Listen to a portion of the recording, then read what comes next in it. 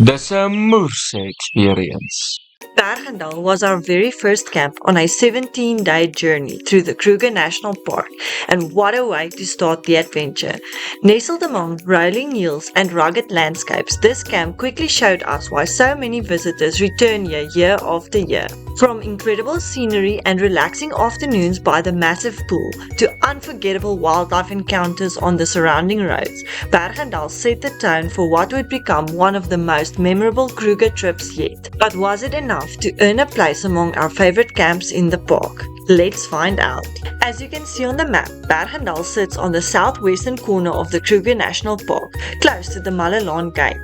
This area is characterized by rocky hills, dense bushveld, and the network of excellent roads that make it a favorite amongst wildlife enthusiasts. Known for its strong rhino population and beautiful scenery, Berg-en-Dal was our ideal starting point to our journey through one of Africa's greatest wildlife destinations. After checking in, it was time to find our home for the next 2 nights. One of the things we immediately noticed about Berg-en-Dal was how spacious and well laid out the camp felt. While we weren't lucky enough to secure one of the sought-after fence sites, we still ended with a pretty solid spot. And it was the perfect place to park Stoffel, our trusty Serenity camper, and properly put his camping abilities to the test for the very first time. With the awning out, the chairs unpacked, and the camp slowly coming together, it didn't take long before Berg-en-Dal started feeling like home. One of the standout features of Berg-en-Dal is its impressive swimming pool. On the warm afternoons, it quickly became our favorite place to unwind between game drives. The pool is one of the largest in the Kruger and even offers shaded areas, making it the perfect spot to cool off after a morning spent searching for wildlife. As with any campsite, the facilities play a big role in the overall experience. While the ablution blocks at Berg-en-Dal weren't our favorite in the Kruger and felt a little small considering the number of campsites they had to serve, they were generally clean and had everything you need for a comfortable stay. There are 3 ablution blocks at Berg-en-Dal that offer 2 showers, a bath, and 2 toilets for the campers, providing all the essentials needed during your stay. Located conveniently in the camping area, it's only a short walk from our campsite, making it an easy access throughout the day. The communal kitchen and washing up area were a real highlight for us. There was plenty of space available for cleaning dishes, the facilities were very well laid out, and there was no shortage of hot water during our stay. For campers spending a few days in the park, the facilities provide everything to make camp life comfortable and convenient. Berg-en-Dal also has a laundromat and a fuel station, so there really is everything you need. Like much of the Kruger during our visit, Berg-en-Dal was affected by several road closures. Ongoing repairs following flood damage, together with important anti-poaching operations, meant some of our planned routes were unfortunately inaccessible.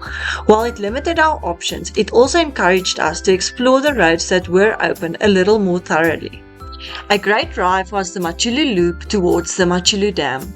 Although the full loop wasn't open, the section we were able to explore proved to be incredibly rewarding. We were treated to an abundance of wildlife, but one unexpected sighting completely stole the show. Meet the African green pigeon. Blending almost perfectly into the treetops, they're surprisingly easy to miss, but once you spot one, you can't help but admire just how beautiful they are. Just before long, this little bird had earned the title of Skalkie's favorite birdie. Another road we really enjoyed was the H3 towards Afsaal. With several surrounding roads closed, it was a little busier than usual, but it's still a fantastic drive, especially during the first hour after the gates open, when the bush is giving a full show. One of the reasons some roads around Berg-en-Dal were closed was to support the incredible work being done by Kruger's anti-poaching teams. Protecting these magnificent animals is an ongoing effort, and every visitor can play a small part in helping to keep them safe. If you're lucky enough to spot one of Africa's real-life dinosaurs, remember not to share its location on social media while you're still in the park or on the same day as your sighting. Delaying your post might seem like a small gesture, but it really helps to ensure the sensitive information doesn't fall into the wrong hands. One thing we quickly learned in the Kruger is that all the excitement of the bush works up quite an appetite. Luckily, the H3 leads straight to one of the park's most popular picnic spots. Afsaal. Tucked away beneath the shade of the towering trees, it's the perfect place to stretch your legs, enjoy a freshly prepared roosterkoek or toasted sandwich, and simply soak up the unique atmosphere before heading back out in search for more wildlife. Afsaal has everything you need for a comfortable stop, from clean ablution facilities and a well-stocked little curio shop to a kiosk serving hot coffee and light meals. Whether you're taking a short break or enjoying a leisurely breakfast surrounded by the sounds of the bush, it's easy to see why this has become a favorite stop for many Kruger visitors. And if you're anything like us and collecting stamps in your Kruger passport, don't forget to pop into the shop and add Afsaal stamp to your collection. With full stomachs, a good cup of coffee, and another stamp in our Kruger passports, it was time to continue our journey. The next stop was the Gardenia Hide, a peaceful little hide overlooking a small waterhole just a short drive from Berg-en-Dal. Now, don't let the name fool you. While bird enthusiasts like me will certainly enjoy spending the whole day here, the Gardenia Hide has plenty to offer every visitor.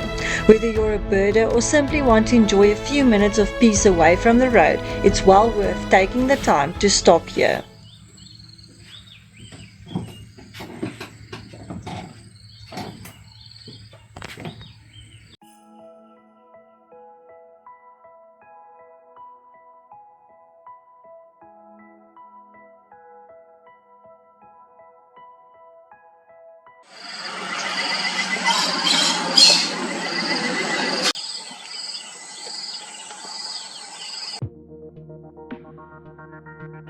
As spectacular as Gardenia Hide was, it was time to make our way back to camp and discover what else Berg-en-Dal had to offer.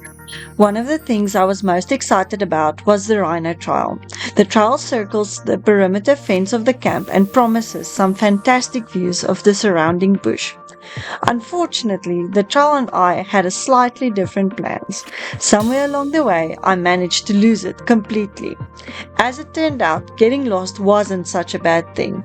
While trying to find my way back, I ended up at the lookout point near reception, where a couple of hippos were spending a very relaxed afternoon in the water.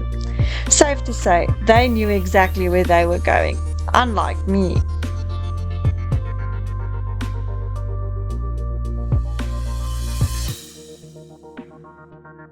Just a few steps from the lookout, you'll find the Rhino Hall, another hidden gem that's well worth a visit. So I must tell you, my overall feeling of this camp is that it's so beautiful. There's tons of bird life, and the lions roaring at night was probably my favorite part. Now it's time to give Berg-en-Dal my final DT Overlanding camp score. The bathrooms definitely needed a little bit of work, so for facilities I'll give it a 7 out of 10. With the wildlife we had a bit of a slow start, but we definitely were blessed with amazing sightings, so I'll say an 8 out of 10. With the camping, I would have preferred a fence site, but we still had a great spot, so 9 out of 10. That brings us to the overall score of 8 out of 10. Okay people, this is our last day here in Berg-en-Dal. We are busy packing up and then we're heading to Crocodile Bridge, where we will be spending 2 amazing nights. So follow us and check out the next video.